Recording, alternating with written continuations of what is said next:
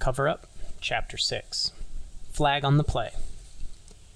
The Ravens were starting to make their way up the tunnel as Stevie was heading back to the field. And Stevie was struck by just how huge they were. He walked past Jonathan Ogden, the team's 6'9", 345-pound, all-pro left tackle, and felt as if he had stepped into a hole. He must have been staring because Ogden smiled at him and said, "I'm only this tall on Tuesdays." Reaching the field, Stevie could see Ravens quarterback Steve McNair surrounded by a number of reporters. Some of the Dreams were starting to drift onto the field to start their session. He spotted Bobby and Tamara talking to a slender man with straight black hair who was wearing a shirt that said "Dream the Dreams" on it. "Stevie, this is someone you not only want to meet, but you need to meet," Kelleher said. "Dewey Blanton," the man said, giving him a smile and a warm handshake. "I do PR. At least, I try to for the Dreams." He had an easygoing manner that made Stevie feel comfortable right away. "I told Dewey about your interview with Darren Kearns," Kelleher said. "He's going to try and grab you a minute with Brennan toward the end of the session." Blanton was nodding. "He finishes on the podium about 11:45, and then we're going to take him to a tapping room under the stands. He's got to do some pieces with CNBC, CBS, then ESPN, and finally a couple minutes with USTV. "Who from USTV?"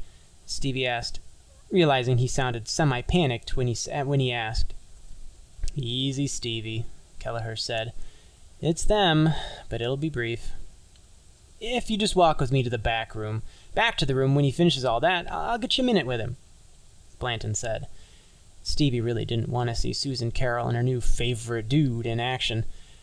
"Maybe I can just get a question while he's on the podium," he said. Kelleher was shaking his head emphatically. "First of all, you won't get a good answer up there. Second of all, you'll be sharing the story with 500 other people out of the question. This way, you'll get a couple quotes on a story no one else will have at the Super Bowl. That's pretty rare." "Okay then," Stevie said, squaring his shoulders, ready to do what he had to do for the story. "Thank you, Mr. Blanton. Where should I meet you?" "I'll be standing right behind the podium when Eddie comes off," Blanton said. "You meet me up there and just walk with us. I'll get you through all the security so you can walk up the players' ramps with us.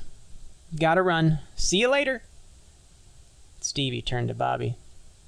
"What are you writing today?" Kelleher grinned. "Are you kidding? Little Donnie. He's already thrown one tantrum over where his team is practicing, and now I hear he's threatening to boycott the NFL dinner on Friday night. Biscotti told me the rest of the owners are hoping he does boycott."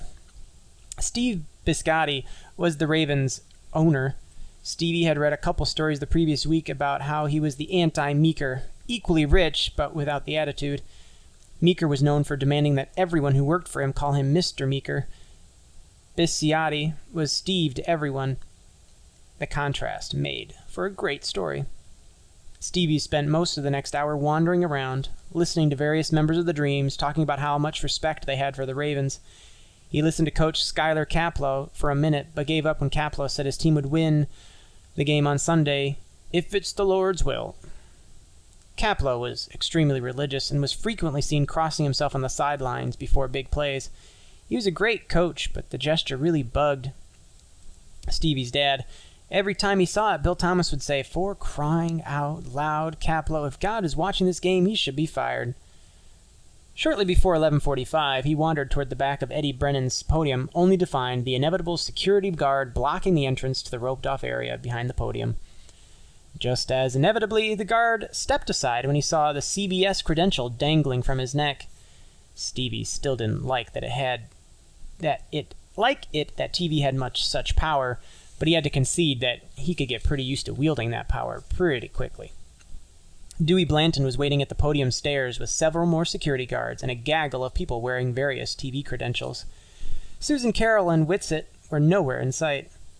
"Where are... Blanton, reading his mind and his discomfort, answered before he finished. "All the TV talent are waiting in the back," he said. "Leslie Visser's doing CBS, Berman's doing ESPN, and, well, you know who's doing USTV. One of the men, waiting with Blanton, came over with a hand extended. I'm Andy Camplin from CBS, he said. I'm one of the segment producers this week. I think we're going to work together starting tomorrow. Looking forward to it. Me too, Stevie said, comforted that he would have had at least one ally inside the room. He heard a commotion behind him and looked up to see Eddie Brennan coming down the stairs with a security front and back and a couple of suits walking next to him. NFL PR guys, Blanton said, again showing a remarkable ability to read Stevie's mind. The league keeps an eye on everything this week. As soon as Brennan hit the bottom step, everyone started walking across the field toward the tunnel in the corner. But not one of the tunnels Stevie had seen the teams use to come and go. Blanton fell into step with Eddie to go over the plan with him for the next few minutes. Is there anything to drink in the room? Was Brennan's only response. What do you want, Eddie? One of the NFL PR people said. We'll get it for you. A cup of coffee would be great, Brennan said. That was a long 75 minutes. Some guy asked me if Harvard was still in the Ivy League. Everyone laughed. A little too hard, Stevie thought. He had read a story in the paper once about the stupidest questions asked on media day. His favorite was someone asking Dexter Manley of the Redskins, if you could be a tree, what kind of tree would you be? This wasn't quite up there with that. Did you see the guy's credential? Someone asked Brennan. They were now nearing the end of the tunnel, and one of the PR guys had run ahead to open the door to the room. Yeah, Brennan said. I think he was from the Yale Daily News. Now that, Stevie thought, was funny. Brennan and Entourage made their way into the room. Stevie could see that the 3 camera crews were set up in front of 3 separate mini-stages. Leslie Visser was sitting on a set with the CBS logo in the backdrop. Next to her was a similar set for ESPN and Chris Berman, and next to Brennan he could see Susan Carroll and Whatsit sitting not in comfortable armchairs like the others, but on tall stools. There was a third stool between them that was obviously for Brennan when it was their turn. Stevie found a spot in the back of the room so he could stay out of sight and out of everyone's way. Eddie Brennan, having been given his marching orders already, headed straight for the empty chair on the CBS set. There were several calls for quiet. The CBS technicians turned on the shooting lights, and Visser spent the next 10 minutes asking about, as she called it, the remarkable journey that had brought him to the Super Bowl. Brennan's answers were, Stevie thought, warm and genuine. He had done this before. He was a pro, and yet he managed not to fall into jock cliches. As soon as they were finished, the CBS lights went out, and Brennan moved over to the ESPN set, pausing to take the coffee someone had brought him. I need a towel, he said. Hot under these lights. A towel was magically produced. Visser was walking toward the door when she veered off and walked directly over to Stevie. Leslie Visser, she said, putting her hand out. Sean tells me you're going to be working with us this week. I think it's great. Visser was tall, though not as tall as Susan Carroll, and had huge brown eyes and brown hair. Thanks, he said. I hope I'll do okay. You'll be fantastic, she said, lowering her voice because quiet was now being called for again. I'll see you soon. She slipped out the door as Chris Berman began his intro. You realize, don't you, that the Schwam picked you guys to be here, he said, turning to Brennan. The Schwam was a Swami-like character Berman had created to predict the winners each week during the NFL season. Stevie could almost hear Kelleher's voice in his head as he listened. Typical TV guy. It's always about him. Brennan was clearly unbothered by the answer posed as a question. You picked us to beat the Redskins 2 weeks ago. I know that, he said. But where'd you have us when you made your preseason picks? Berman got a little huffy. Well, I thought you'd be better than last season, but I guess not this much better. Who could have seen this coming? Peter King had us in the Super Bowl, Brennan said with a smile, referring to Sports Illustrated's football expert. So did Tony Kornheiser. Now that was visionary. Yes, well, now you're here. Let's move on to the important stuff. He launched into a number of technical questions about how the Dreams would attack the Ravens' defense, which led to an interview that wasn't nearly as interesting, at least to Stevie, as the one Visser had conducted. The strengths and weaknesses of each team were well known already, and Brennan surely wasn't going to give away his team's strategy 6 days before the big game. When they were finished, Berman barely managed a handshake before being whisked off by several ESPN producers in suits. "Lots to do today," he said, as if explaining his hasty exit. "They never let me rest during Super Bowl week." Brennan wasn't even listening. He had his ESPN mic off and was walking to the US TV set. He was shaking hands with Susan Carroll and Jamie Whatsit when Stevie heard a voice just offset say, "Hey, what's he doing in here?" Tal Vincent, who had been his producer until 4 days ago, was standing directly behind one of the cameras, pointing a finger at Stevie. "I invited him," Dewey Blanton said, before Stevie could find his tongue to respond. "He's on Eddie's schedule once you're finished." "Fine, then," Vincent said. "He can wait outside in the hallway. This is my room right now, and I don't need some former employee lurking around." Stevie could feel steam coming from his ears. He had never liked Vincent very much when he was working for him, and he liked him even less now. "Tal, ease up," Blanton said. "He's not lurking. He's doing what I told him to do." Vincent walked over to Blanton. Now you can do what I'm telling you to do and get him the hell out of here." Part of Stevie just wanted to leave. No sense making Dewey Blanton's life any more difficult.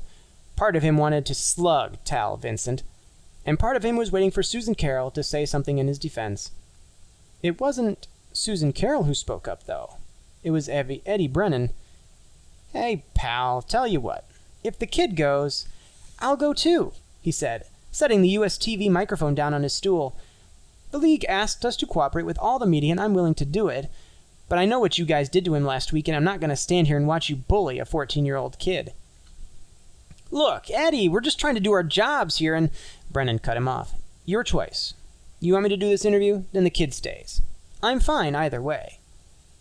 There was complete silence for several seconds that felt to Stevie like several minutes. Finally, Tal Vincent nodded in the direction of the set and said, "Jamie, Susan Carroll, whenever you're ready, let's roll this." There was no further discussion of Stevie's presence. As the interview proceeded, he could still feel himself shaking with tension and anger. He wasn't really listening to Susan Carroll as she introduced Brennan, but he almost laughed out loud when it was Whatsit's turn. His opening question was, "Dude, Harvard. What's that about?" He looked closely to see if Susan Carroll had an off-camera reaction, but her expression didn't change, though she did laugh when Eddie answered, "Dude, a mind is a terrible thing to waste." As soon as Susan Carroll thanked him and closed the segment, Brendan was on his feet. He shook hands with Susan Carroll and Witsit and bounded off past Vincent without saying a word. He walked directly back to where Stevie was standing and put out his hand. "Eddie Brennan," he said, "walk me down the hall and I'll talk to you about Darren." "Thanks," Stevie said, falling into step as Dewey Blanton and the security people took up their positions around Brennan. "But thanks even more for what you just did for me." Brennan looked down at Stevie, his face quite serious. "I don't like bullies," he said. "I'm surprised your friend is still doing the show without you." I told her to keep doing it," Stevie said, breaking in. "There's no reason for her not to." Brennan put a hand on his back. "Well, you're a good guy for saying that. But that show's going down in flames with Mr. Boyband. Dude doesn't know a thing about sports." Stevie remembered throwing something at his television set earlier in the fall when Brennan had dominated the Philadelphia Eagles. Now Brennan was rapidly becoming Stevie's favorite football player. Seeing that they were approaching the locker room, Brennan braked to a halt, nearly causing a 10-person pileup in the hallway. "So, tell me what Darren told you," he said, changing the subject. "He told me about ED Special," Stevie said, figuring that would be a good starting point. Brennan laughed. "Giving away old secrets, huh? And I'll bet he told you the key to the play in the state championship game was his block." "He did say he knocked the guy down." Brennan nodded. "It's true, he did. We've always argued about whether I'd been able to get around him if Darren hadn't blocked him. Mobility has never been my strength. The best part about it is I don't think our coach has ever completely forgiven us for running the play without telling him." For the next 10 minutes, he talked about his high school friend, a warm smile on his face throughout. "So, here's your big scoop for the day," he said, seeing Dewey Blanton's not so subtly pointing to his watch. "Darren and I have violated league rules this week." Blanton appeared to turn a bit pale. Eddie plowed on. "We bet on the game," he said. Gambling is, of course, strictly forbidden in the NFL. "What'd you bet?" Stevie asked. "Dinner at the Summit Inn," Brennan said. "Best restaurant in our hometown. If the commissioner wants to suspend me from the game for that, he knows where to find me." Stevie saw Blanton sigh in relief. "Give me your notebook," Eddie said, as Stevie was about to shut it, "and your pen." Stevie handed them over. Brennan wrote something on the back cover. "That's my cell," he said. "You need anything during the week, you call me." Stevie thanked him, then thanked Blanton. He could see another gaggle waiting for Brennan just outside the locker room door. Brennan rolled his eyes as he said goodbye to Stevie. "Talking to playing ratio is way too high this week," he said, and was gone, the security wave following behind. Stevie watched for a minute and then headed down the hall in the opposite direction. He had a story to write. A story no one else would be writing that day. He didn't miss TV at all. But he did miss Susan Carroll.